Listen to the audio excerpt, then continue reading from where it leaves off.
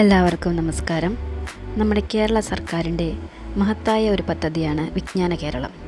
ഈ പദ്ധതി വഴി കേരളത്തിലെ തൊഴിൽ അന്വേഷിക്കുന്ന എല്ലാവർക്കും ജോലി ഉറപ്പാക്കുക എന്നതാണ് ലക്ഷ്യമിടുന്നത്. ഈ പദ്ധതിയുടെ ഭാഗമാകാൻ നമ്മൾ ചെയ്യേണ്ടത് ഇത്രമാത്രം. ഗൂഗിൾ എടുക്കുക, അതിൽ DWMS എന്ന് ടൈപ്പ് ചെയ്യുക.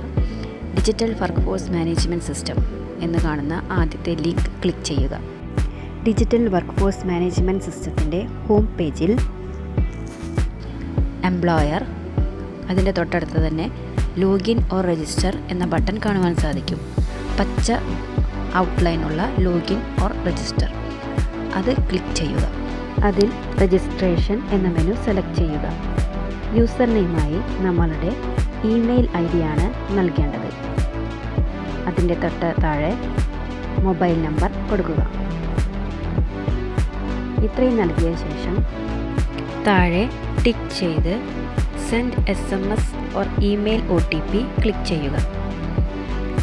ഇമെയിൽ മുഖാന്തരമോ SMS മുഖാന്തരമോ നമുക്ക് OTP ലഭിക്കുന്നതായിരിക്കും.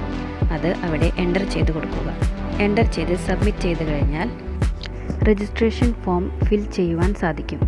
അതിൽ നമ്മളുടെ പേര് എൻ്റർ ചെയ്ത് കൊടുക്കുക. ശേഷം പാസ്വേഡ് സെറ്റ് ചെയ്ത് നൽകുക. അത് കഴിഞ്ഞാൽ നമ്മളുടെ പേഴ്സണൽ ഡീറ്റെയിൽസ് എൻ്റർ ചെയ്ത് കൊടുക്കുക.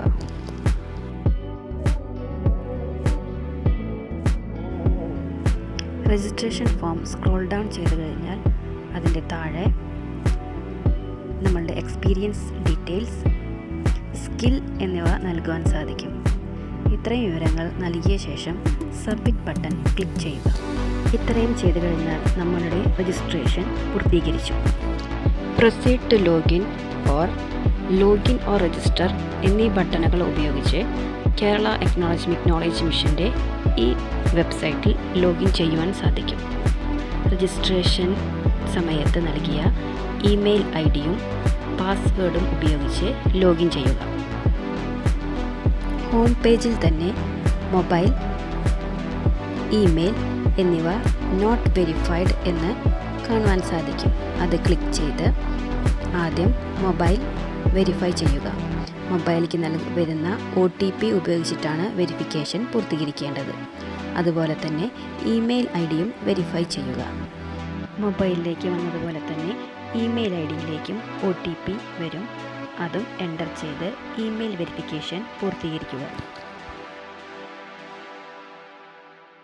ശേഷം സ്ക്രീനിൻ്റെ ഇടത്തെ സൈഡിൽ കാണുന്ന ഓരോ മെനുവും സെലക്ട് ചെയ്ത് എല്ലാ വിവരങ്ങളും രേഖപ്പെടുത്തി സബ്മിറ്റ് ചെയ്യുക.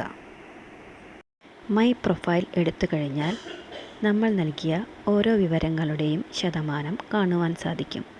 100% ആയാൽ മാത്രമേ നമുക്ക് ജോലിക്ക് അപേക്ഷിക്കാൻ സാധിക്കുകയുള്ളൂ. നൽകുന്ന വിവരങ്ങൾ എല്ലാം കൃത്യതയോടുകൂടി രേഖപ്പെടുത്തുക. നമുക്കുള്ള ക്വാളിഫിക്കേഷൻ അനുസരിച്ചിട്ടുള്ള കാര്യങ്ങൾ മാത്രം രേഖപ്പെടുത്തുക. കൂടാതെ നമുക്ക് ഓരോരുത്തർക്കുമുള്ള സ്കില്ലും രേഖപ്പെടുത്തുക.